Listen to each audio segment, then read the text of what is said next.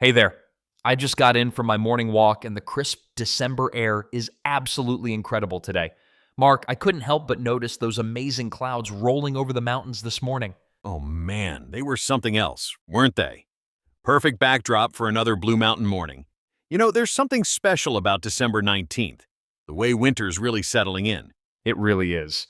And speaking of settling in, we've got such a fascinating show lined up for everyone today, from some pretty significant health news to an amazing environmental victory.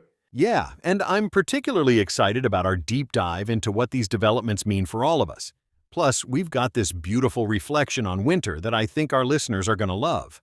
Absolutely. So grab that morning coffee, find your cozy spot, and let's take this journey together. All right, let's jump into today's headlines. And Mark, we've got some pretty significant news to cover. The CDC just confirmed the first severe case of bird flu in the U.S. this year that's actually put someone in the hospital.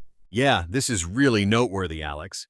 The patient's from Texas, and what makes this particularly concerning is that it's just the second known case of this H5N1 strain causing severe illness in a U.S. resident.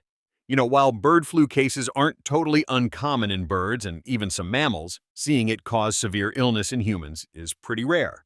And this comes right as we're dealing with another major story breaking in Washington. The funding plan for the government has basically fallen apart, and we're just days away from a potential shutdown. Oh man, yeah. Former and future President Trump has thrown quite a wrench into the works here. He's making some pretty specific demands, and it's really complicated the negotiations. This was supposed to be a straightforward funding bill, but now we're looking at possible disruptions to government services right around the holidays. What kind of immediate impact are we talking about here for everyday Americans? Well, the most immediate effects would hit federal workers first. We're talking about delayed paychecks for hundreds of thousands of people. But it could also impact everything from national parks to some government assistance programs. Though essential services like mail delivery and air traffic control would keep running. I'm also thinking about the timing here, right in the middle of holiday travel season. Exactly. While air traffic controllers and TSA agents would still work, they'd be doing it without pay until this gets resolved. And, that's not exactly great for morale during one of the busiest travel periods of the year. Diving deeper into this bird flu situation, there's actually a lot more we need to unpack here. The CDC's been monitoring these cases really closely, and what's particularly interesting is how this virus has been adapting. I've heard it's been showing up in dairy cows lately too, right? That seems pretty unusual. Exactly, and that's what's got health officials really paying attention. Like, we're seeing this virus jump between species in ways we haven't really seen before. It's affecting dairy farms, poultry operations, and now with this human case, it's raising some important questions about our preparedness.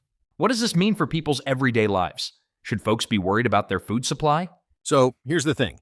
Right now, our food supply is totally safe. The USDA has really robust testing protocols in place. But, it's definitely putting pressure on farmers and affecting food prices. I mean, when farms have to cull their flocks or quarantine their dairy herds, that ripples through the whole supply chain. And I imagine there's an economic impact on these farming communities too. Oh yeah, absolutely. Some of these farmers are taking huge hits, and it's not just them. It affects feed suppliers, truckers, processors, the whole agricultural ecosystem. But what's actually kind of encouraging? The response systems we've built since previous outbreaks are working pretty well. What kind of systems are we talking about?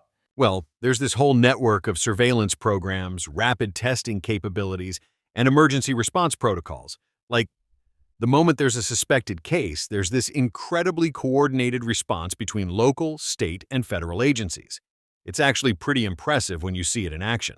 You know what's really cool? In the midst of all these health challenges, we actually have an amazing environmental win to talk about.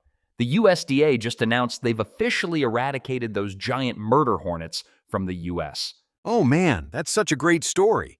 And honestly, it's a perfect example of what we can achieve when we all work together. These Asian giant hornets were, seriously threatening our native bee populations, and now they're completely gone. I remember when they first showed up in Washington state back in 2019, people were pretty freaked out about these massive 2-inch hornets. Yeah, and for good reason. These weren't just your average wasps. They could literally wipe out an entire honeybee colony in just a few hours. But here's what's really incredible about this whole thing. The way they tackled this problem was it was beautiful, actually. How'd they do it?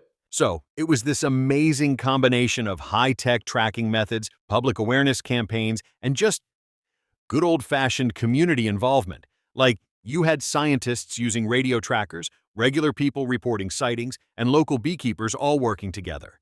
That's actually really inspiring. It's like proof that we can solve these environmental challenges when we put our minds to it. Exactly. And you know what really gets me excited? This success story could be a blueprint for handling other invasive species. I mean, our ecosystems face so many challenges, but this shows we're not powerless. We can actually make a difference when we coordinate our efforts. And it's a win for our food security too, right? Since bees are so crucial for pollination. Absolutely. Our native bees can keep doing their thing without these predators around. It's like we just gave nature a helping hand in maintaining its balance. You know, with winter officially here and the holiday season in full swing, I've been thinking about how the landscape around us is settling into its quiet phase. There's something really peaceful about that. I know what you mean. The way everything just slows down. Even in our busy cities, you can feel it. Right?